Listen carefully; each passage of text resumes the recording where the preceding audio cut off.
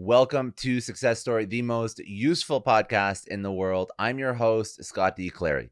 The Success Story podcast is brought to you by the HubSpot Podcast Network. The HubSpot Podcast Network has incredible podcasts like the Gain, Grow, Retain podcast. The podcast is hosted by Jeff Brunsbach and Jay Nathan. Now, Gain, Grow, and Retain is built to inspire SaaS and technology leaders who are facing the day-to-day challenges of scaling. Hosts Jeff and Jay share conversations about growing and scaling subscription businesses with a customer-first approach. If any of these topics sound interesting to you, you're gonna like the podcast. Creating more brand advocates, SaaS as a predominant model for business, customer success at scale, or the challenges of integrating new tools with CSM. Some of these topics pique your interest. You're going to love the podcast. You're going to love Gain, Grow, Retain. Go check it out wherever you get your podcasts. Remember, Gain, Grow, Retain on the HubSpot Podcast Network. Today, my guest is Kara Goldin. Kara is the founder and CEO of Hint. She is a purpose-driven, inspiring entrepreneur. She was previously at AOL. She was in the tech space before she pivoted into starting Hint, building out a consumer packaged goods empire. She created Hint as an alternative to sugary beverages, sodas. She also started to build other products that tailor to a lifestyle of people that wanted to use products that were better for their bodies. She has an incredible list of accolades outside of just building Hint, an incredible company. She's been named amongst Fortune's most powerful women entrepreneurs and Forbes 40 women to watch over 40. Huffington Post listed her as one of the 6 disruptors in business alongside Steve Jobs and Mark Zuckerberg. Her latest book, Undaunted, Overcoming Doubts and Doubters, is a Wall Street Journal bestseller and is a rare opportunity to gain insight and proven advice unlike anything you've ever seen in a conventional business book or in conventional business press. She combines stories from her life with observations that may change how you think about your own. We speak about her book in the podcast. Some further accolades include EY Entrepreneur of the Year in 2017, San Francisco Business Times Most Influential Woman, Fast Company's Most Creative Person in Business, EY's Winning Woman 2012, Fortune's Most Innovative Woman in Food and Drink in 2015, the Gold Stevie Award for Female Entrepreneur of the Year, Amex Open Forum's Woman to Watch, and the Marketers That Matter Award for brand building put out by Small Company. So a ton of absolutely incredible accolades, an incredible career. And then on top of that, she has built Hint to a business worth over $1 billion.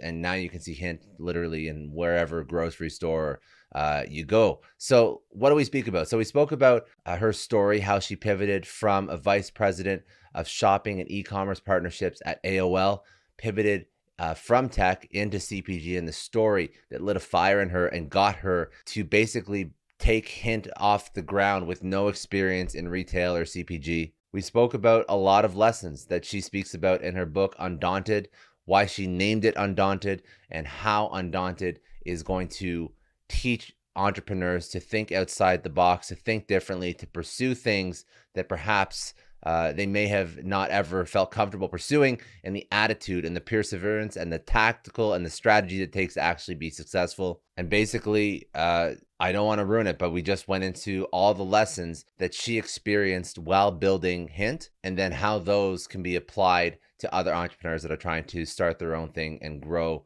an empire. So let's jump right into it. This is Kara Goldin. She is a podcaster, author, and founder, CEO of Hint Water.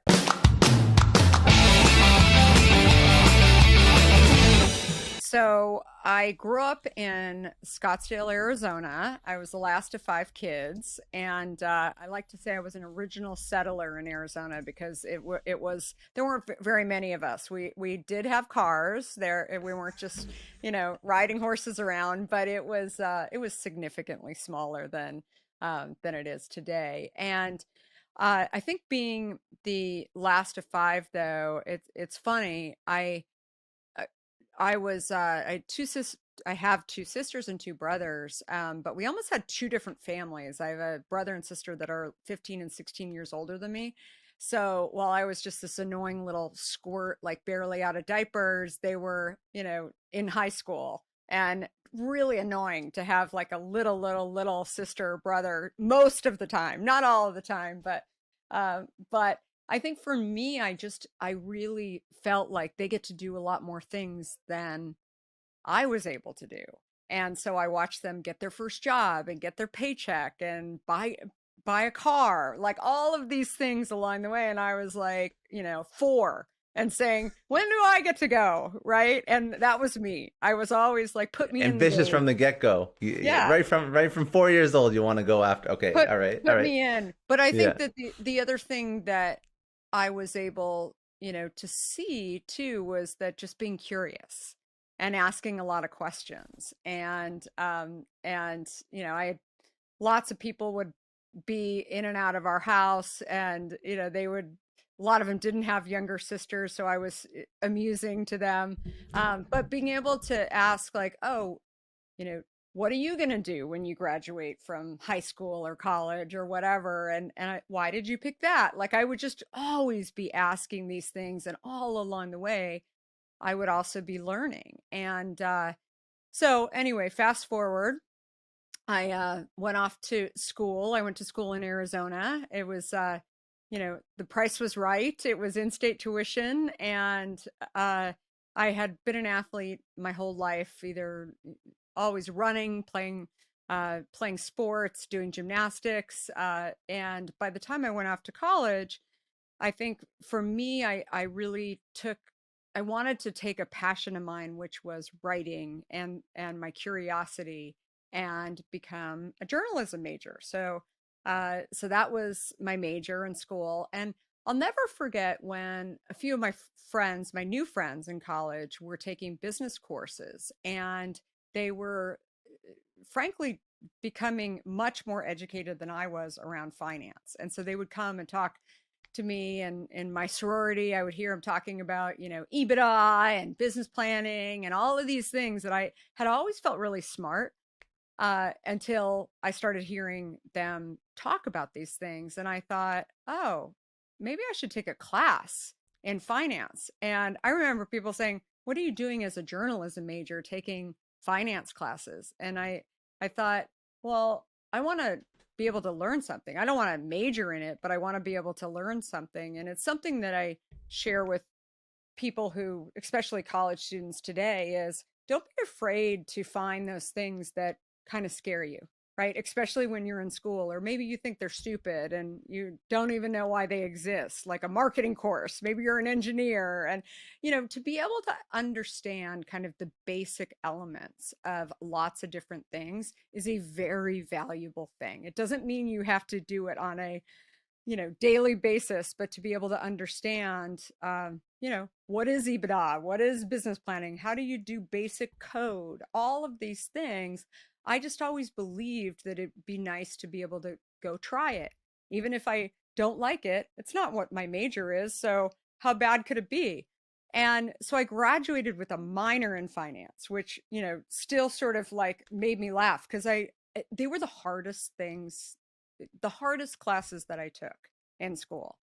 And so when I graduated, I thought, I'm going to blend what I've done in journalism with my minor in finance, and I'm going to go to New York and I'm going to get a job at Fortune magazine. I felt like Wall Street Journal was the other thing that I was reading constantly, but it was just a little too much type going on. There were no pretty pictures anywhere, and no real stories that, I guess, all financially related stories. But I thought, I'm going to send a letter to the managing editor of Fortune, and, see what happens, Try and and get a job. try and get a job. Isn't that what That's the people first job you do? wanted to get out of college, right? Yeah, yeah. Okay, cool, And very cool. wasn't coming on Fortune magazine, wasn't coming on campus. I just sent a letter, and I think it surprised a lot of people that I mean, people would ask me, and still ask me to this day, how did you know how to send a letter to the managing editor? And I'm thinking, are you really asking me that? I mean, you just open up the magazine, and there's an address and You figure email, it and out. there's people, and you just figure it out. I mean, this is kind of like before Google, before it was really easy to do this. So anyway, Marshall Loeb wrote me a note back and said, hey, if you're ever in the New York area, And so that was my invite to be in the New York area. Little did I never really thought that that was like a brush off. No, instead I thought, well, yeah, if I go to New York, I'm gonna go meet with Marshall Loeb, and I mean, he'll meet me, and for sure he'll give me a job. And of course, my sisters were cracking up. My friends were like, really? Like, you really think that's what it says? And I'm like, I'm not gonna ask. I mean, of course that's what it says. That's not that bad. That's not that bad of a response. Like if Yeah. you just take it at face value, I think that's pretty net positive. Right? Yeah. Exactly. I thought, what's the worst that can happen? He doesn't Yeah. see me, but why focus on, the negative more than anything? So that's when I, figured out how to get to New York and ultimately marched into the HR office. Isn't that where you go when you're looking for a job? I'm this college kid, and none of it is that Fortune wouldn't see me. They didn't have a job. I wasn't on the books to actually meet with Marshall Loeb. But what I asked the head of HR while I was there, I thought I might as well make good use of the time. Is there any other jobs? And that's when I ended up interviewing with Time Magazine and scored a job at Time Magazine. It was never my plan. I never walked in to the building at the time, and it was nothing, crazy. It was an executive assistant role, but I thought I'm gonna have a job in New York City. It's a lot better than a lot of my friends have, and I get, benefits and all of that. And more than anything, I get to work in New York City. I mean, I just was so excited that I was able to do that. So anyway, worked there for a few years and was in circulation. I thought at one point I'll move over to the editorial side. That never happened. I was recruited out by what I now term as a late stage startup called CNN. It was this guy, Ted Turner, Why do you call it? Why do you call it a late stage startup? I'm because curious. I mean, at the time, this is the early 90s. We were Okay. in probably 40% of the country had cable systems, right? And in their homes. And so, I mean, it seems so foreign today to think about that. But the only reason why I had cable was I lived in New York in this apartment building, and I wouldn't have been able to have any reception if I didn't have cable. And so most of my friends like thought that that was, pretty like ritzy to have it. And I'm like, I don't know anybody in New York. All I do is work all the time, and I've got to have some sort of communication with the world. So I had cable, and when they called and they said, "Do you know what CNN is?"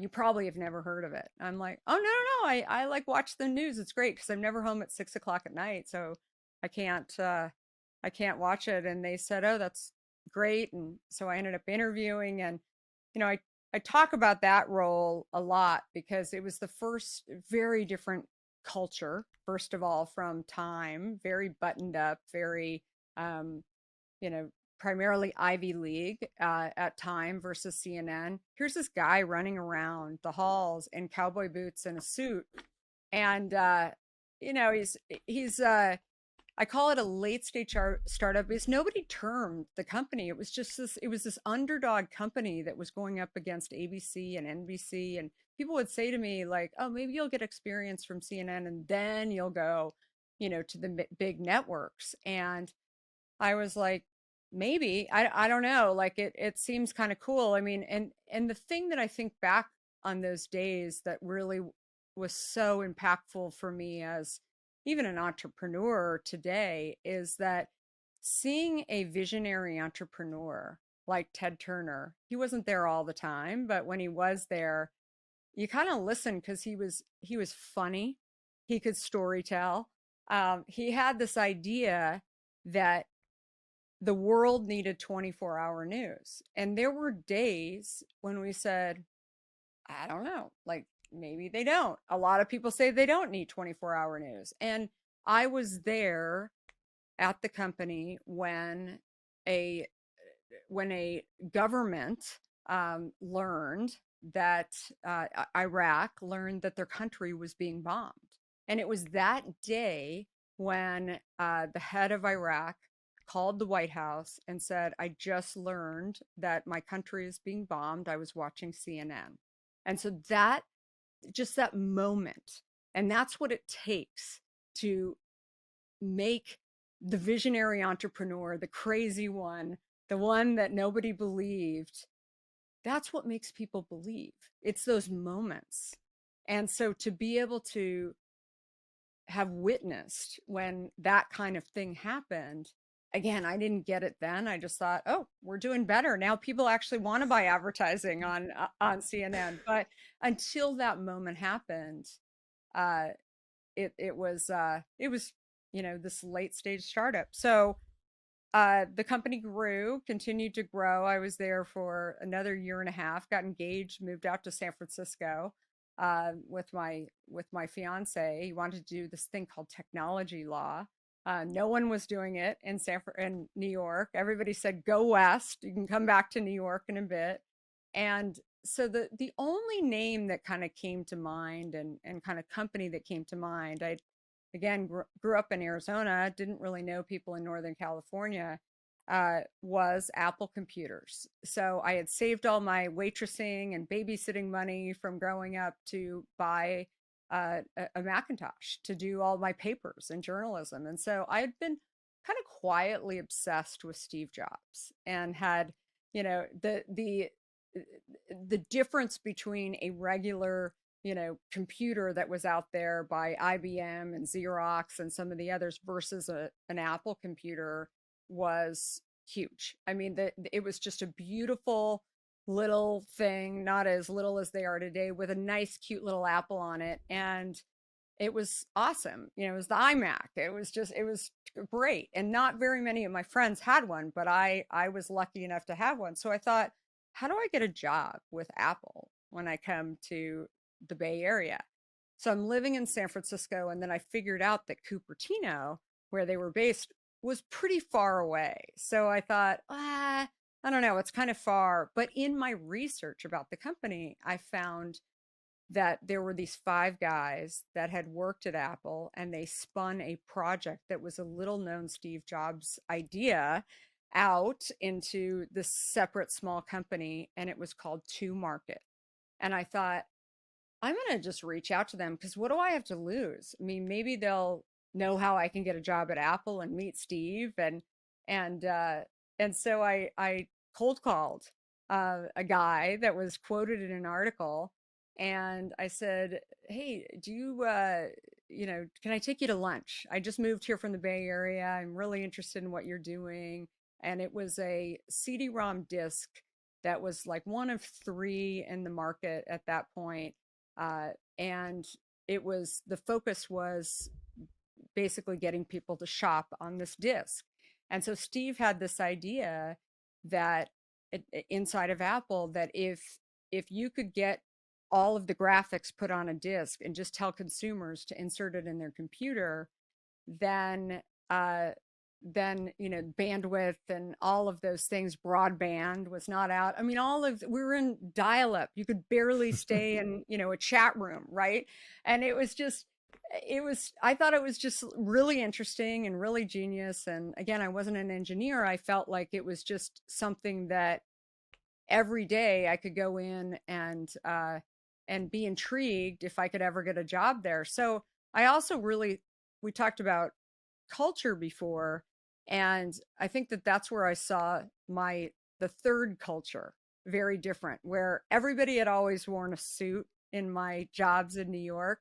And when I moved out and ultimately after my coffee with this gentleman at To Market, it was such a different atmosphere that I saw, and such it was a startup. It was like very startup. Yeah. Yeah. And it was like jeans and t-shirts. There were, 2 people with PhDs, engineers, product managers.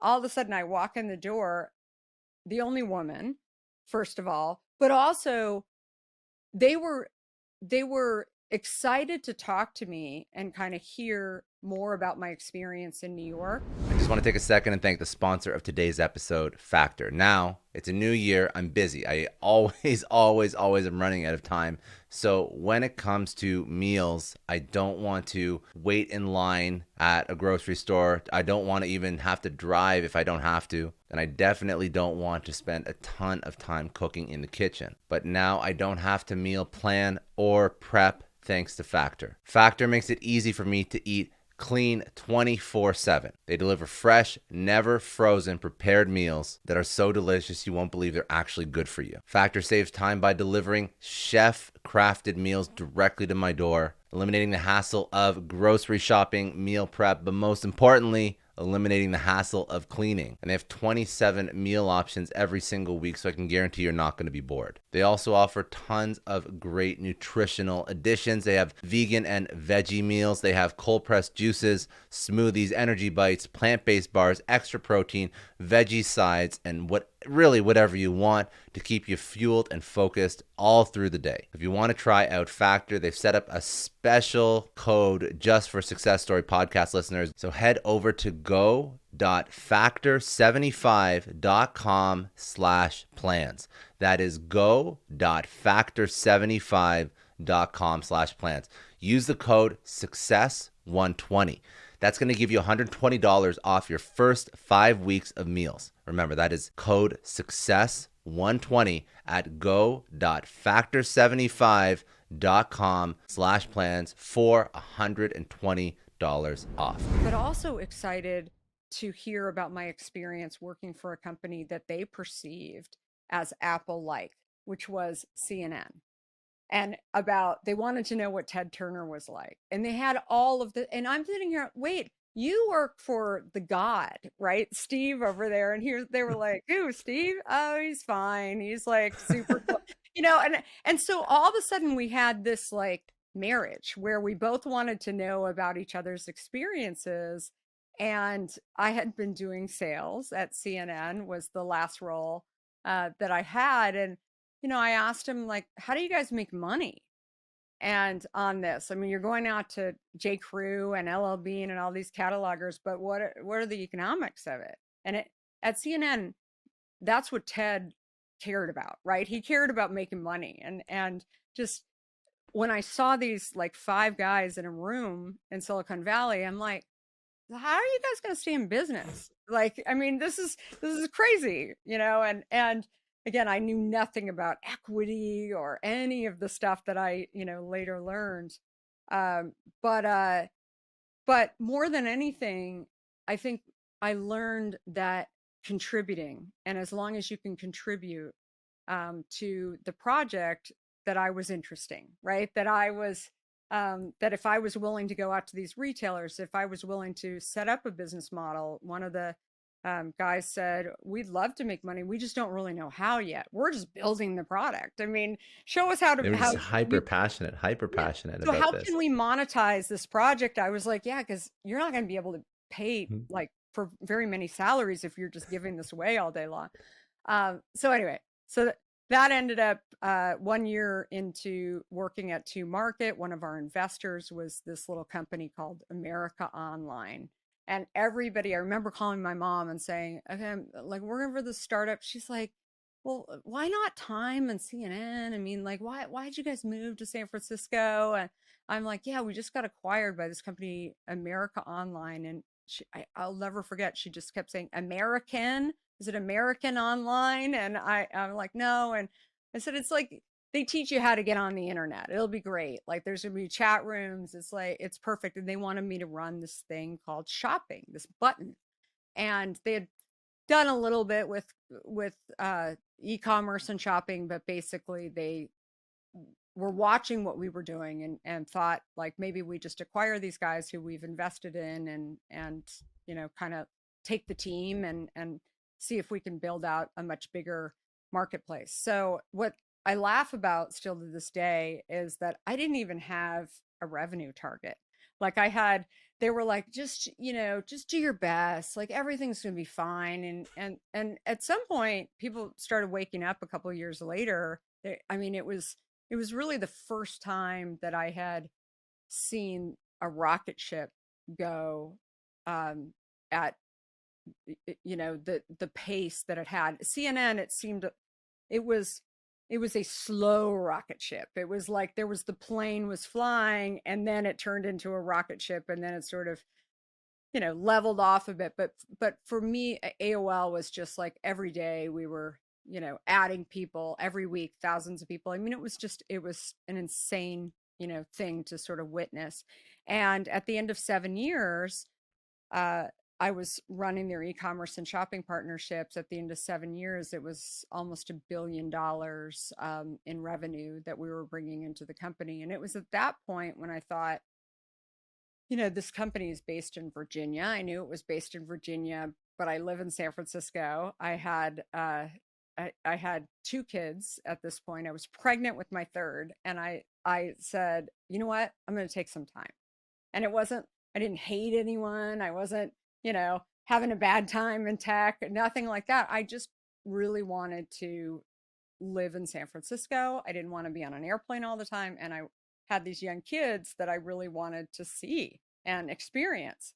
And so it was during that time that I was really focused on everything around my young kids. Like, what kind of diapers do I use? What kind of formula? I had never thought about any of this. I mean, even when I was babysitting, when I was growing up, I laughed because it was like somebody else buys the diapers. Somebody, you just use whatever. You don't really think about nutrition and all of that. And it was really during this time that I started to think about what you put in your system is representative of how healthy and active and all that kind of stuff you can be. And I really, really believed it. And I believed it for my family, but I didn't practice it for myself. And so for me, I started at that moment really looking at, on a scale of, 0 to 10, I'm sitting here telling my kids, don't have sugar, don't do this, don't do this. And then I'm like, wait, do I practice that? And I started, I didn't have a job. So this was like my new job. I'm like, I'm going to keep track of this whole thing. And I was always exercising and, and keeping up with that. But I more recently developed this terrible adult acne, which I never even had as a kid, a teenager. And I was also I had a really bad stomach. And I thought maybe I should really take a look at everything that I'm eating and start reading ingredients. And I also had gained a bunch of weight through all my pregnancies. I was excellent at gaining weight. I was terrible at losing the weight. And so it was at that moment when I thought, okay, I'm going to keep track of all of these things. Maybe I'm going to go on one of these diets. Everybody's talking about these different diets. I'll see what happens there. And while I was in this process, that's when I looked down at my favorite friend, my Diet Coke, that I had been drinking since I was 15. Never thought there was anything wrong with my Diet Coke. I drank anywhere from 8 to 12 cans a day. I mean, I always had to have my stash. People now tell me that when they were in meetings with me, if I didn't have a Diet Coke, like I was different, right? I would definitely not be able to, you know, think and focus if I didn't have it, which is ironic. Of course, they never said that to me at the time, but I really was attached to my Diet Coke. And so when I looked at my all the ingredients that I had been putting in my body, I thought if this were food, I wouldn't actually have it. So why am I giving it a pass for being a drink? And so I thought I'm going to take 2 weeks and I'm going to put it to the side and I'm going to drink water. And I remember saying to my husband, I'm going to drink water and I'm not going to drink diet soda anymore. And he was like, how? Like, how are you going to do that? I mean, you're just cold turkey. You're just going to do it. And I'm like, yep, it's like going to happen. And it was really hard. I was super miserable for, first few days were the hardest. And then I got used to it. I'm like, just make sure I'm not having it and I'm not cheating along the way. And what I realized was that water for me, the reason I didn't drink it was super boring. And growing up in Arizona, I should have been drinking a lot more water, but I didn't do it. And I swapped it out with this diet soda. And so I started slicing up fruit. threw it in the water to get me to enjoy water. And that's when 2.5 weeks later, I lost 24 pounds in 2.5 weeks. My skin cleared up, my stomach was better, my energy was better. And I thought, oh my gosh, like, why isn't anyone talking about this? Like, why are so many people drinking these diet sodas? This was 17 years ago. And, and people would see me, they hadn't seen me in a few weeks, and see I look like a different person. When you lose that much weight in 2 weeks, I mean, you look like borderline sick, right? Your body's trying to catch up with what has happened. And This detox almost, right? right? Yeah, like Yeah. it's significant, but I felt so much better. And so I would share with people that it really wasn't the food that I was eating, it was this drink that was spiking my insulin levels. I had always thought that insulin, by the way, was only the thing that people talked about if you had diabetes. And that was like, people are concerned about it, but it ends up when you put something sweet in your body, that it doesn't just mean sugar. It means anything that's sweet that actually triggers your brain to produce this thing called insulin. And there's some people that are better at processing it than others. And again, I knew a little bit about science, but science wasn't my major. I certainly wasn't a nutritionist, but I knew enough to sort of make me curious, make me interested in what I was stumbling upon. And I started to look at these, multi-billion-dollar companies, Coca-Cola, Pepsi, all the juice, all the soda that was out there. And I also looked at all of these diets that were out there, and there was just big money and behind all of them. And all these diet sweeteners that were out there were constantly changing. They were getting better. How were they getting better? So again, I didn't have a job, so this became my job, that I just became so passionate about it. And I remember thinking, like, why am I so passionate about it? Because there's all this new information to me. I'm learning so much. But also, I felt like I was seeing something so clearly that so many other people that I knew didn't have an opportunity to see, which was if there was a change in the availability of these diet sweeteners, or if consumers actually knew what I knew and had gone through the experience that I had experienced, would the diet soda industry be so big? Would um, this new disease called type 2 diabetes actually be growing at the rate that it was growing? Would these diets that were out, would the consumer be buying into these diets if they actually figured out how their body reacted to sweet as I had? And I thought I should take this water, because it was pretty easy for me once I started slicing up fruit and throwing it in water to get To, water to to take. drink it and replace the diet sodas and whatnot. Yeah, and so I thought I'm gonna just there's this brand new store called Whole Foods, and I'm gonna go up to Whole Foods, and if they don't have that product, then I'm gonna talk to the guy who's stocking the shelves, and I'm gonna say, hey, how do I get a product in here? And see what happens. And I'll never forget, like, doing just that. And on my shopping trip, right, I'm all by myself, but I'm like, got my cart, and he's like, I don't know, I just work here. And I'm like, like, there's a lot of brands in here that aren't in sort of, regular grocery stores. And he said, oh yeah, there's like a local program that we have, that he was like, here's who you talk to, and about getting your product in here. And I was like, oh, and so you just talk to a person, and then you can get your product in here? And he was like, yeah, that's how it is.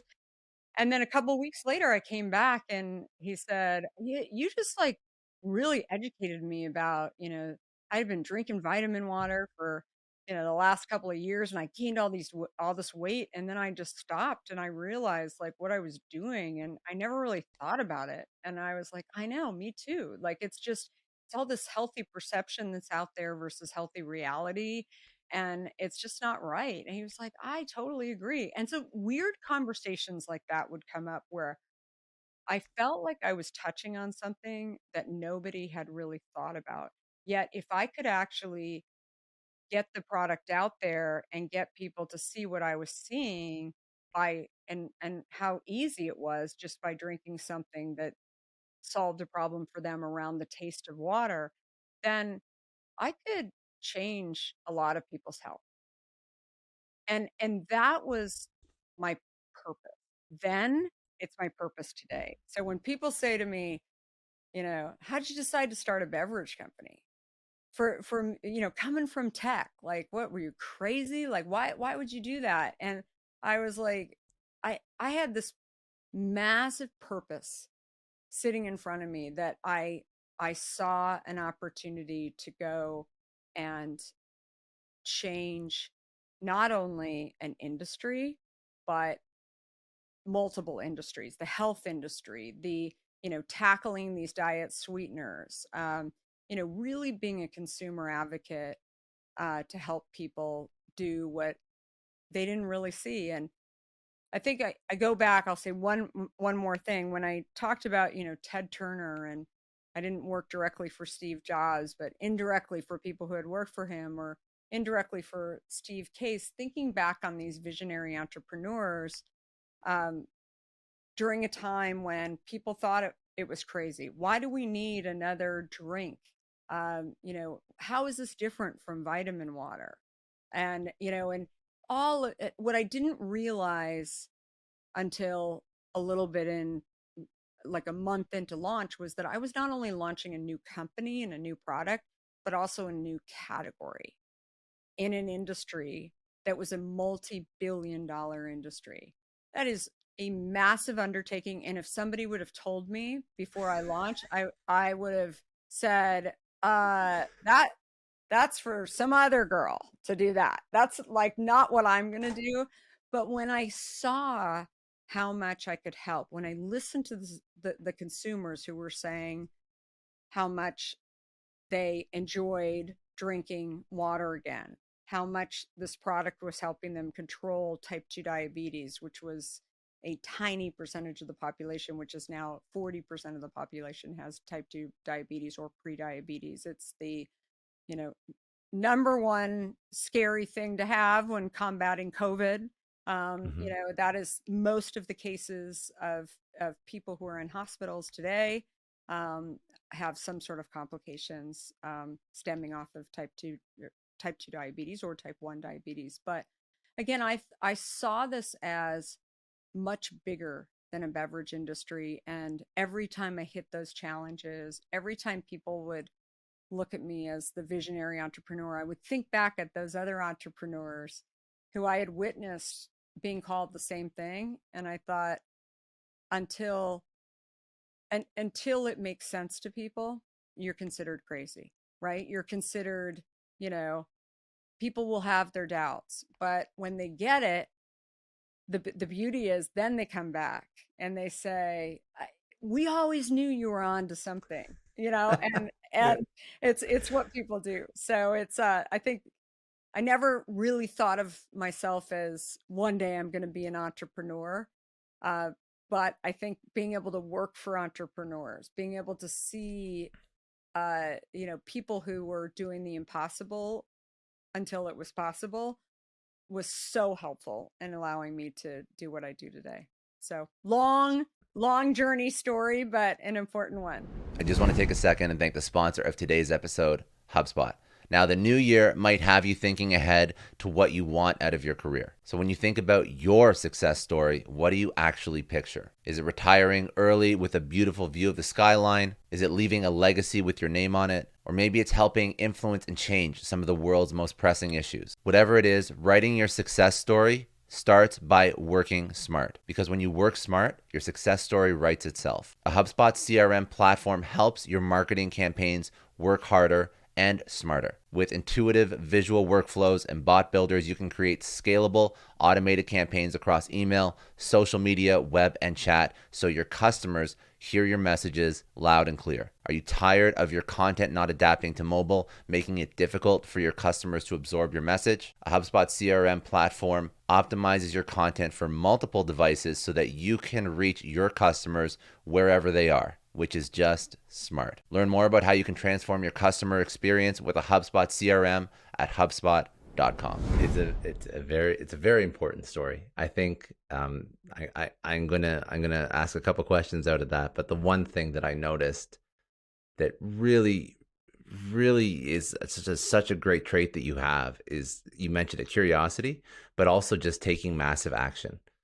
Like every single thing that you said you did in your life, it was a new job, it was figuring out how to get Hint into Whole Food. It's just you're curious and you just do stuff. Like, you just do a whole bunch of shit. Like that's it. And eventually, like, not everything's gonna work, but if you take enough action, if you do enough activities towards the thing that you want to do, things start to fall into place. Things start to come together, right? And that's I think that, of course, being successful, there's a lot of different things that contribute to that. But I think that that's probably one of the main things that I pulled out that you just do continuously that probably got you to a lot of the things that you have right now, just taking that action again and again and again, as opposed to just ruminating on it, thinking on it.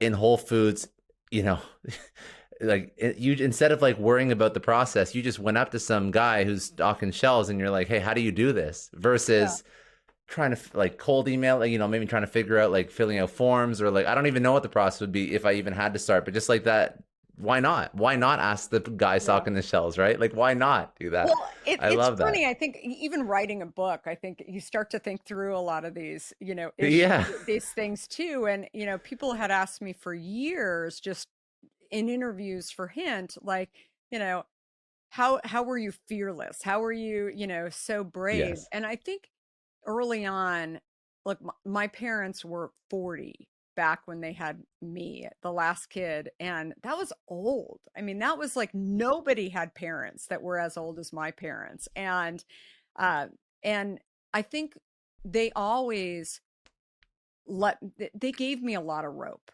right? They basically said, you can do stuff, but you have to think about it, you have to explain it, you have to go and kickstart it in some way. Like, I remember even signing up for gymnastics classes. I would figure out, like, there was nobody who was going to sit there and say, okay, well, here's your choice, you have Monday or Wednesday. I'd be like, I need your checkbook, like, now, because I need this, I need to get in this class now. And I was always used to advocating for myself that I could make it happen, but I didn't have the helicopter, parent over me saying to me, here it is. Instead, I would always look at life as, I can probably figure it out. It wasn't that my parents weren't there, that if I needed help figuring stuff out, but I also got a lot of pride in actually going and figuring stuff out when other people waited. And I think that, it's something that I think about today when things just seem a little, tough or hard in some way. My next step, I guess, is to go and talk to people, go and figure it out. Like, how do I make it happen? I do not allow, the minute I start watching that wall, and it still happens to this day, in various, situations, but when I see the wall starting to build and it starts to get higher and it starts to get scarier, I stop it. I try and figure out, how do I, knock it down? How do I demystify it in some way? Yeah. I want to ask you, this is a good spot to just ask about Undaunted, about that word that you chose, because you describe all these other emotions. You describe fear, you just like a little bit of imposter syndrome mixed in there, confidence, tenacity, persevere, like all these things that have allowed you to be, and anybody to be successful, really.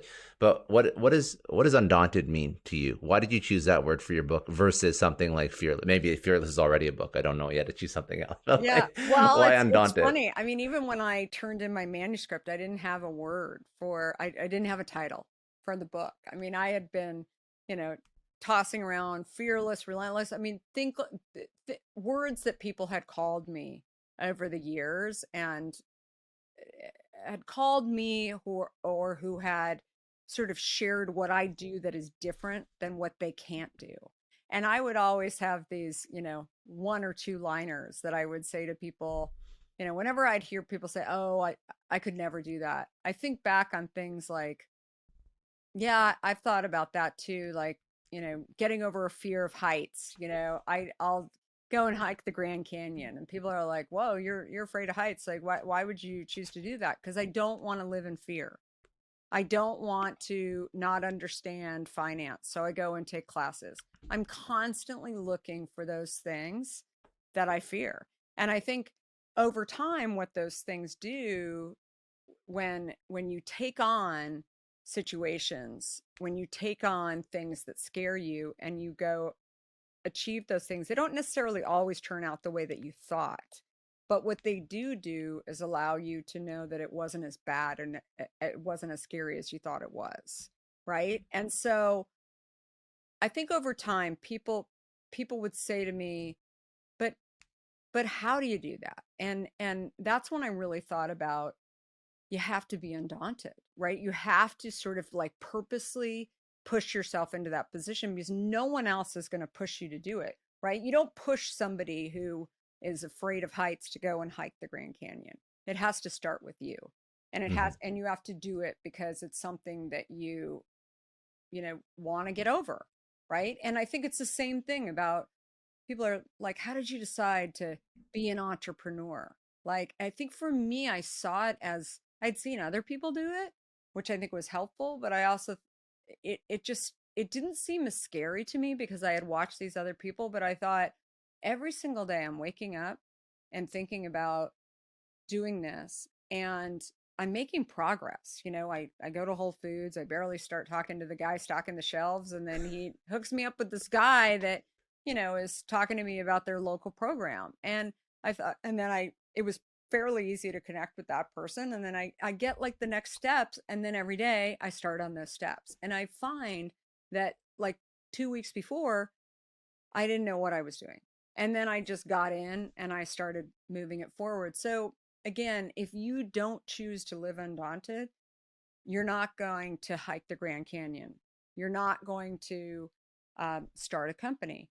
I have a lot of entrepreneurs, especially female entrepreneurs, who say to me, like, I can't raise money. And I'm like, it starts with you, right? I'm a female entrepreneur. I've raised a ton of money.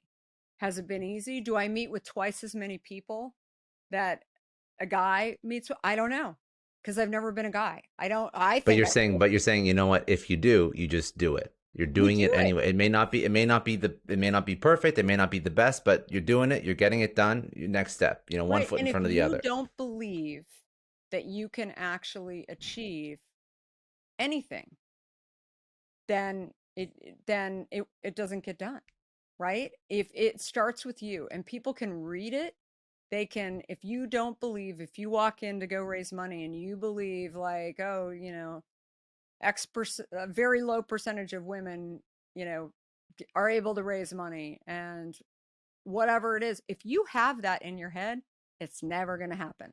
I can guarantee you it will not happen. My daughter is in college now. She'll kill me for talking about this, but she's majoring in storytelling. She's at Brown. She's an incredible writer. And she's tried out for a few things and hasn't gotten them. And, she's chosen to live undaunted, picked a profession of storytelling and theater, and wants to do this. It's a choice. And it's hard because rejection is really hard. But I think that what I'm sharing with her too is, you have a choice. You can actually, it's a numbers game. You got to just keep going, or you can just decide, I'm not going to do it anymore.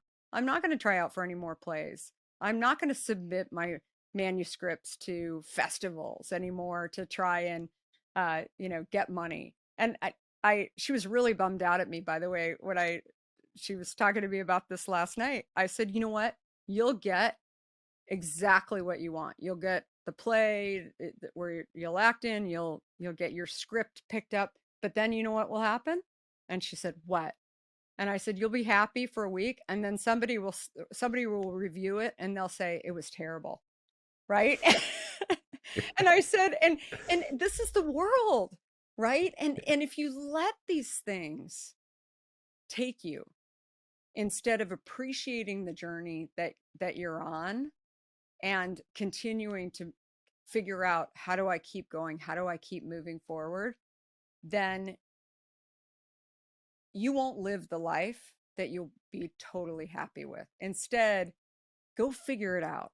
Go figure out what you want to do. Try it. And if nothing else, I always said to people, when people would say to me when I was launching a beverage company, you don't stay out of tech for very long, because you'll never get back in. You'll be, people think you're, not focused. You don't have experience, whatever. I'm like, 10 minutes ago, you were telling me I'm awesome and you were recruiting me for a job. Like, all of a sudden you've decided, based on me telling you that I'm going to go and start a company, all the skills, all the things that I learned along the way, if it doesn't work out. And they were like, well, I don't know. I mean, don't stay out for more than 6 months. I'm like, why 6 months? I don't know. Like, I'm like, are there statistics about 6 months? Maybe it's a year. I'm like, you have no idea what you're talking about at the end of the day. And anyway, I just think, like, the challenges of building a startup, some of these stories that I'm sharing now are things that I really wanted to write out in my book too, because I think no matter what you think about entrepreneurism, it's way harder than you ever are setting out to think about. And there's plenty of unicorns out there, but there's way more failures. And the journey, even if you're a failure, it could mean that you had a product that didn't do well during the pandemic. You could have supply chain issues that, you relied too much on Asia, whose factories were shut down, for whatever it is, could sink your company. But I think that's another thing that I talk about too. It's not black and white. It's not that you've got the unicorns or you've got the failures. It's the people that get back up again are really the ones that you have to watch. I just want to take a second and thank the sponsor of today's episode, Shopify. And don't you love that sound? That's the sound of another sale on Shopify, the all-in-one commerce platform to start, run, and grow your business. See, Shopify gives entrepreneurs the resources once reserved for big businesses. So upstarts, startups, and established businesses alike can sell everywhere, synchronize online and offline sales activity, and effortlessly stay informed. You can not only sell your product, but you can reach customers online and across social media networks with an ever-growing suite of channel integrations and apps, including Facebook, Instagram, TikTok, Pinterest, and more. You can gain insights as you grow and detailed reporting of conversion rates, profit margins, and beyond. Whatever you need to track, Shopify can track it for you. And remember, Shopify was built to liberate commerce for entrepreneurs and big businesses alike. Shopify is tirelessly reinventing tools of growth and scale for over 1.7 million businesses. So if 1.7 million businesses trust Shopify to help them organize their online and synchronize with their offline sales, you should be able to use it for your business as well. Connect with your customers, drive sales, manage your day-to-day, accept all major payment methods, and integrate with any third-party app you could possibly think of. If you want to try out Shopify right now, go to shopify.com/successstory. That's all lowercase, for a free 14-day trial and get full access to Shopify's entire suite of features. Grow your business with Shopify today. Go to shopify.com/successstory right now. Remember, success story is all lowercase. That's shopify.com/successstory.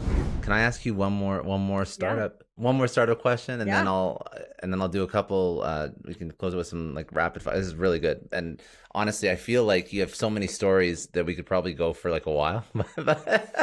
I realize we'll have to do like a part 2 sometime in the future when you do. We'll do one for your podcast. We'll do one for your next book, whatever. I want to know, when you have a passion like what you have, so as opposed to a founder that's coming from, they just did an exit and they are a very technical founder and they'll analyze a market, need, they'll find a total addressable market, they'll find product market fit, they'll take it to the market. That's not the founder that I'm trying to help. I'm trying to help the founder that has a passion, like you had with water, with Mhm. flavored water. What in the world do you do to figure out how to take that to market when you have no experience in that category or that industry? That to me blows my mind how you were able to do that. Because you didn't come from 5 other beverage companies. Yeah. You came from tech and you just had a passion and you did it. So what would be the, I don't know, pick one, two, three most important things? I don't know what it would take. So Yeah, what did you do? I think be ready to be humbled by all you don't know.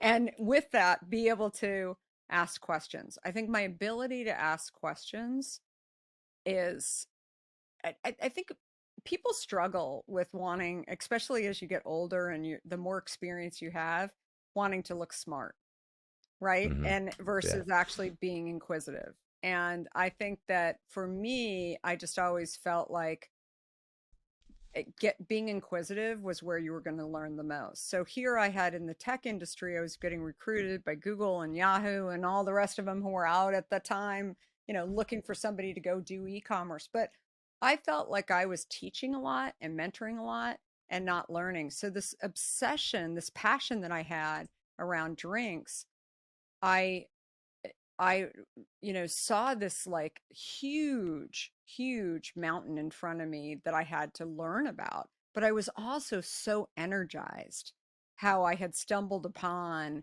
this world that I knew nothing about when I knew so much about the tech industry and knew so my whole network was in the tech industry. The other thing was that I was obsessed with the fact that, I knew what Coke was and Procter and Gamble and some of the others, but I didn't really know people in that industry at all. So for me, the first step was, how do I actually know what the lay of the land is? I go to this new store called Whole Foods. I'm already like there shopping and, why not? I'll just start talking to people and the combination of being okay with not being, the most knowledgeable in the room, coupled with the ability to go and ask a lot of questions. When you are willing to uh, be vulnerable, show that, you're not trying to, people would ask me, like the guy stocking the shelves, he'd say, so you're interested in launching a beverage company. Did you used to work at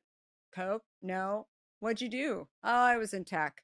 He's like, okay, she's in tech. He didn't even ask me, like, what was your title? What'd you do in tech? He just knew I was some like lady who came to Whole Foods and went shopping. And so he discounted me before I even started, which was great because I thought the bar is so low. Nobody thinks that I'm going to be able to do this. So nobody's even watching. All my friends in tech, they didn't know anything about the beverage industry. They sort of, quietly ridiculed me and said, I don't know, like she's either staying home with her kids or she's like, I don't know, she's doing some beverage thing. I don't know. It tastes pretty good, but who knows? I have no idea. She's funny and whatever.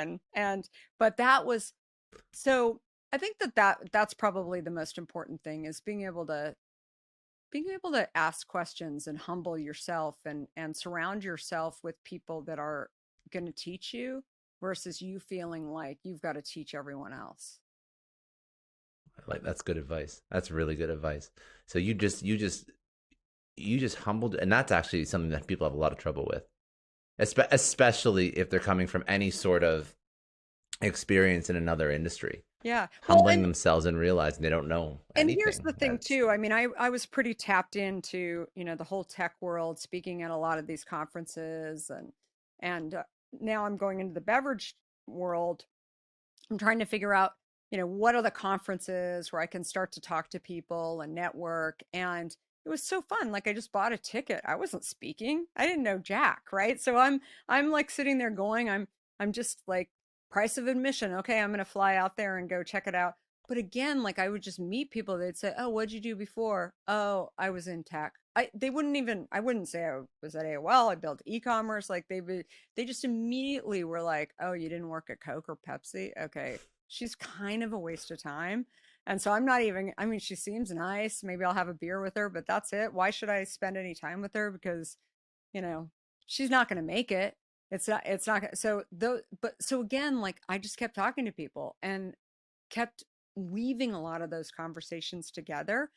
And more than anything, like I loved it that no one knew who I was, because I thought it's awesome. Like people would know who I was at the other ones. And I loved being, this like anonymous person who was just trying to do something that, you know, is was different. And frankly, I mean, people have said to me, do you spend a lot of time like at the beverage conferences and food conferences? No. I mean, I think for me, I'm constantly looking at places not only where my customers are. So, we've grown to be the number one beverage in Silicon Valley when offices were open, and Google and Facebook and all the rest of them.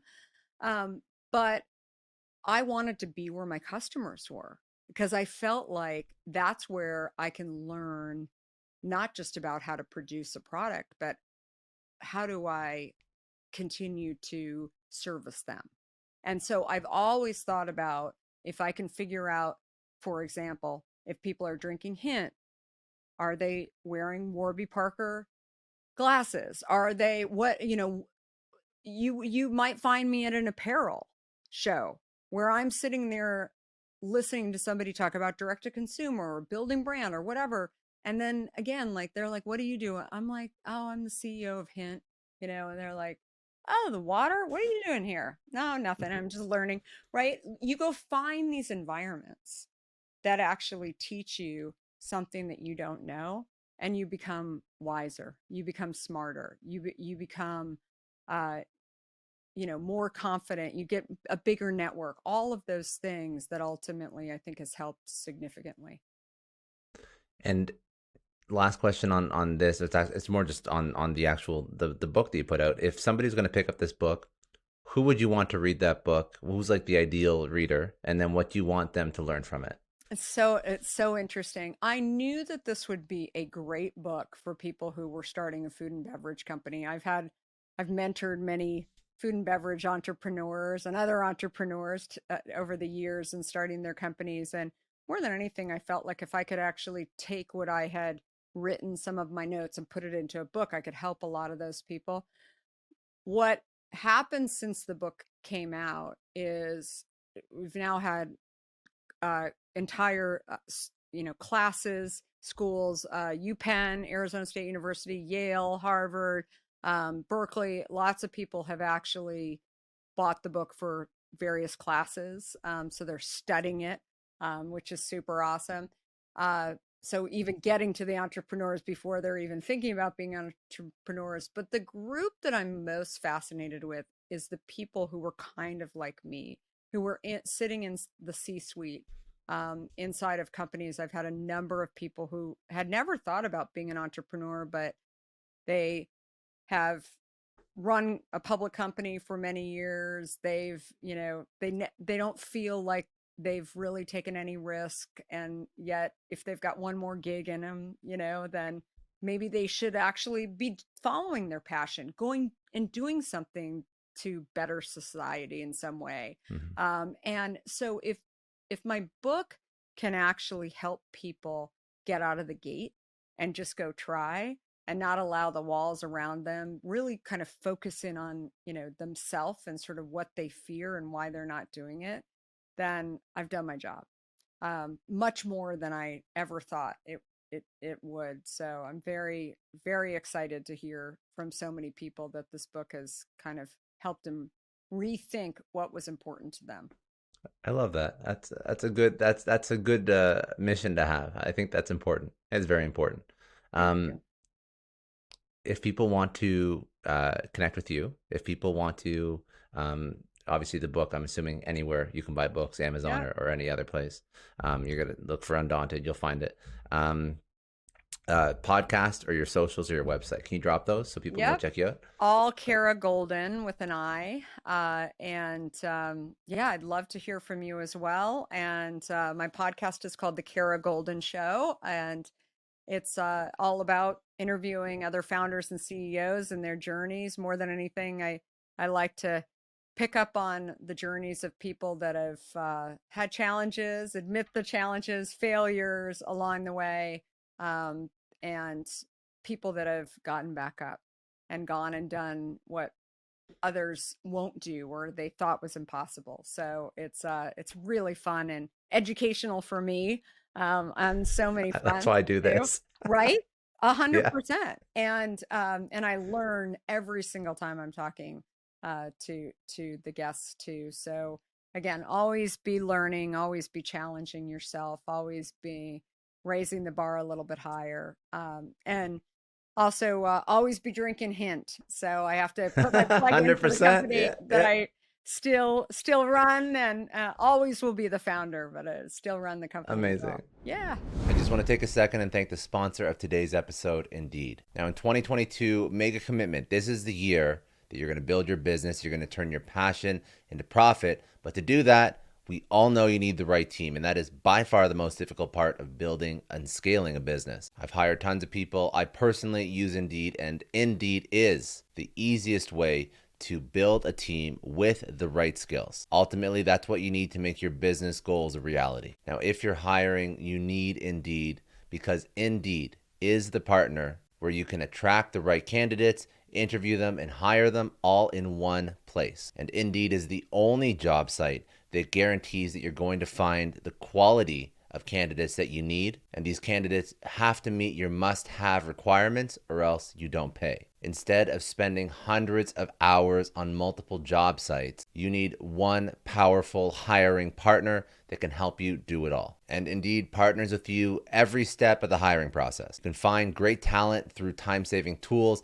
like Indeed Instant Match, assessments, and virtual interviews. For example, if you've never used Instant Match, the second you post a job or a requisition and you sponsor that post, you get a short list of quality candidates whose resumes match the particular requirements for that job. Indeed is one of the easiest, most simple to use, and user-friendly experiences when it comes to hiring, which is already stressful enough. They put together a special offer for Success Story podcast listeners. So right now, you can start hiring. You get a $75 sponsored job credit. This is going to upgrade your job boost at Indeed.com/success story. The offer is valid through March 31st. Remember, go to Indeed.com/success story. You're going to claim a $75 credit before March 31st. Indeed.com/success story. Terms and conditions apply. If you need to hire, you need Indeed. Okay, I can do some rapid fire. Is that cool? You don't have to go long on these. I want to do some rapid fire. Okay. Biggest challenge that you've had or had to overcome in your personal or professional life. What was it, and how'd you overcome it? I think biggest challenge was it's hard to do that in a rapid fire, but really looking I know. yeah, Sorry. but no, that's okay. But really, trusting myself that I could go figure it out. I think that for me 17 years ago, I had assumed that I had really, been in tech and was kind of labeled as tech, and therefore I had to stay in tech. And so I, went out and tried to find lots of different experienced people who knew a lot more than I did. And what I realized is that when you're starting something, especially a new category, that those experienced people typically haven't done your stage, right? They haven't rolled up their sleeves and pulled cases of Hint out of the back room at Target, or run the bottles at a plant and tried to figure out when the pH levels were too high, like what was going on. Like being able to kind of solve problems, I think is much more key than actually having experience. So that was probably the biggest mistakes in the early days of Hint. I love that. If you had to pick one person, obviously there's been many people that have been influential in your life. Who is that person, and what did they teach you? I'd probably say my husband, and it sounds so corny in many ways, but my kids laugh because we met at a bar in New York, and it can happen. And 26 years later, we've been married and Congrats. also run a company. He's our chief operating officer. So we've done there's definitely, when people meet him, we're very different. There's definitely yin and yang, and I think more than anything, he appreciates me for me, right? And feels like if that I'm smart in my own way, he's smart in his own way, and together we're undaunted. So I think I'm, thankful for that. A book or podcast or Audible or some source other than your own that you'd recommend people go check out? So many. I have so many up here on my wall. Pick one you read recently or one that just stuck with you, something that you'd recommend people go.